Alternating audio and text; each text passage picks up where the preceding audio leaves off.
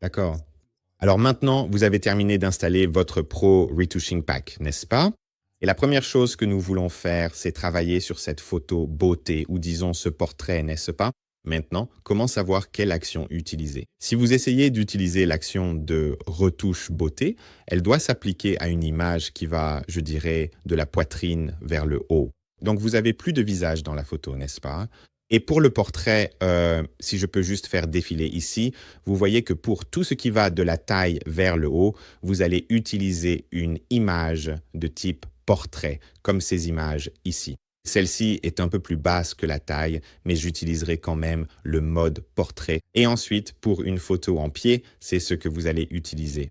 Donc tout ce qui va, je dirais, à partir d'environ les genoux vers le haut, où votre sujet est, disons, un peu petit dans le cadre, pour le dire ainsi, c'est là que vous allez utiliser la photo en pied.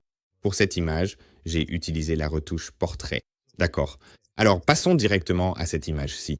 Maintenant, pour travailler avec le Pro Retouching Pack, tout ce que vous avez à faire, c'est lancer votre action.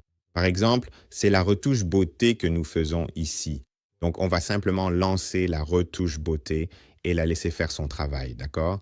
Ça va probablement prendre quelques minutes.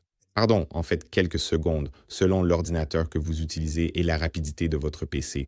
Pour ma part, ça prend généralement entre, je dirais, 5, 10, parfois 15 secondes, mais il suffit de la laisser se charger, ça peut prendre un peu plus de temps ou être plus rapide pour vous selon la vitesse de votre PC. D'accord, donc maintenant mon action a fini de se charger.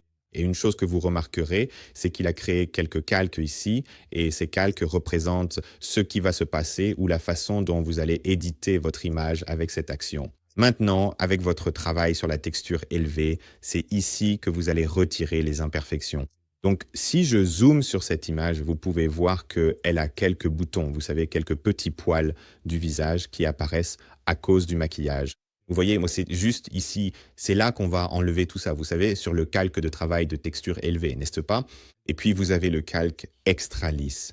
C'est après, vous savez, qu'on a retouché l'image. Si on a besoin d'obtenir certaines zones, vous savez, des tons de peau qui paraissent encore plus lisses, on va travailler ici sur le calque extra lisse. Et voici notre calque principal, le Paint Me. C'est là qu'on va travailler sur notre image. Donc, en gros, on va simplement travailler d'ici jusqu'en haut selon ce qu'on veut faire avec notre image. C'est vraiment simple à utiliser. Tout ce que vous avez à faire, c'est choisir un pinceau blanc doux. Alors, assurez-vous de choisir ici l'outil pinceau. Assurez-vous que c'est un pinceau doux avec une dureté de 0. Et réglez votre flux quelque part entre, je dirais, entre 20 et 30. Ça devrait fonctionner pour vous dans cette plage selon la rapidité avec laquelle vous voulez voir l'effet de l'action. Très bien, parfait. Donc maintenant, nous sommes ici et vous pouvez voir ce calque appelé Paint Here. C'est là-dessus qu'on va travailler. Tout ce qu'on va faire, c'est peindre avec un pinceau blanc sur ce calque. Assurez-vous d'être bien sur le masque de calque parce que quand le masque de calque est noir, il cache tout ce qui se passe ici, d'accord? Et quand il est blanc,